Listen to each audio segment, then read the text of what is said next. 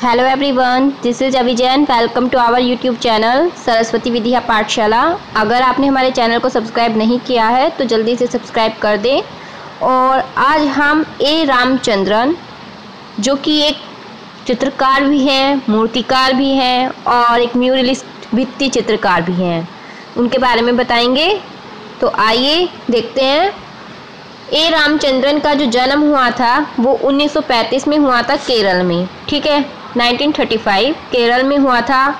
और इन्होंने जो अपनी कला शिक्षा ली थी, कला की जो शिक्षा ग्रहण की थी, वो उन्होंने शांति निकेतन से ली थी, ठीक है। आगे देखते हैं। इनकी जो पहचान है वो चित्रकार के रूप में भी है, मूर्तिकार के रूप में भी है और भित्ति चित्रकार के रूप में भी है। ये तीनों के रूप में जाने जाते हैं, चित्रकार, मूर्तिकार, भित्ति चित्रकार, ठीक है। और इनका जो प्रसिद्ध म्यूरल, प्रसिद्ध भित्ति चित्र है वो है ययाति, ठीक है। ये एग्जाम में मोस्टली पूछा जाता है, मोस्ट इम्पोर्टेंट इनका म्यूरल है और एग्जाम में भी ये पूछा गया है बहुत बार, ठीक है। तो इस पर फोकस करना। तो प्रसिद्ध म्यूरल जो है वो इनका ययाति है। और ययाति के बारे में अगर हम बात करें तो ययाति भित्ति चित्र इन्होंने 1986 में बनाया था, ठीक है। 1986 में बनाया था। और यह ययाति भित्ति चित्र जो बनाया था, इसकी थीम क्या थी? महाभारत पर बनाया गया था, ठीक है। अगर थीम की बात की जाए कि किस थीम पर था, ये महाभारत पर था, ठीक है। और इस भित्ति चित्र में 12 पैनल हैं और 13 मूर्ति शिल्प हैं। और जो वे 13 मूर्ति शिल्प हैं वे सभी क्या है? कांस्य मूर्तियां हैं, ठीक है। जो मूर्ति बनी है वो कांस्य की बनी है, ठीक। और ययाति भित्ति चित्र जो है इसमें 60 फुट लंबी और 7 फुट चौड़ी मूर्ति है, ठीक है। 60 फुट लंबी और 7 फुट चौड़ी, ठीक। मतलब जो ये म्यूरल है वो यह 60 फुट तो लंबा है और 7 फुट चौड़ा है, ठीक है। ये जो मूर्ति लिखा है ये गलत है। यहाँ पर क्या है कि जो ययाति भित्ति चित्र है वो 60 फुट लंबा और 7 फुट चौड़ा है, ठीक है। और 1986 में दिल्ली की वेदरा आर्ट गैलरी में यह प्रदर्शित किया गया था 1986 में, ठीक है। तो 1986 में दिल्ली के वेदरा आर्ट गैलरी में यह प्रदर्शित किया गया था, ठीक। तो एक बार इस पर फोकस और कर लीजिए। जो ये ययाति भित्ति चित्र है ये 60 फुट लंबा है और 7 फुट चौड़ा है। ये यहाँ पर थोड़ा गलत टाइप हो गया, ठीक है। मूर्ति है लिखा गया है, भित्ति चित्र है, ठीक है। ये आएगा। आगे देखते हैं। ग्रेनाइट बेस रिलीफ मूर्ति, इसके बारे में बात करते हैं। तो जो ग्रेनाइट बेस रिलीफ मूर्ति है ये ए रामचंद्रन के द्वारा बनाई गई थी। और अगर इस मूर्ति की बात करें तो यह मूर्ति 20 फीट ऊंची है। कितने फीट ऊंची है? 20 फीट ऊंची है मूर्ति है। और इस मूर्ति को कहाँ पूरा किया गया था? इसे तमिलनाडु के चेन्नई के पास एक जगह है श्री पेरनबुदूर, इसमें राजीव गांधी मेमोरियल है। पेरनबुदूर जगह पर राजीव गांधी मेमोरियल है, वहाँ पर 2003 में पूरा किया गया था। कहाँ? तमिलनाडु में चेन्नई, और चेन्नई के पास पेरनबुदूर, और पेरनबुदूर में राजीव गांधी मेमोरियल। वहाँ पर 2003 में ग्रेनाइट बेस रिलीफ मूर्ति इसको पूरा किया गया था। और ये 20 फीट ऊंची मूर्ति। ये क्वेश्चंस दोनों ही इम्पोर्टेंट है, ययाति भी और ये ग्रेनाइट बेस रिलीफ मूर्ति भी, ठीक है। आइए आगे देखते हैं।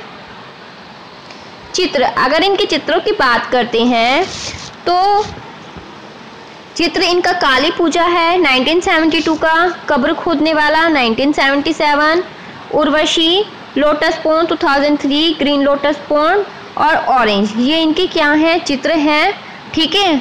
और इन्होंने एक चित्र श्रृंखला भी तैयार की है जिसका नाम है रागिनी।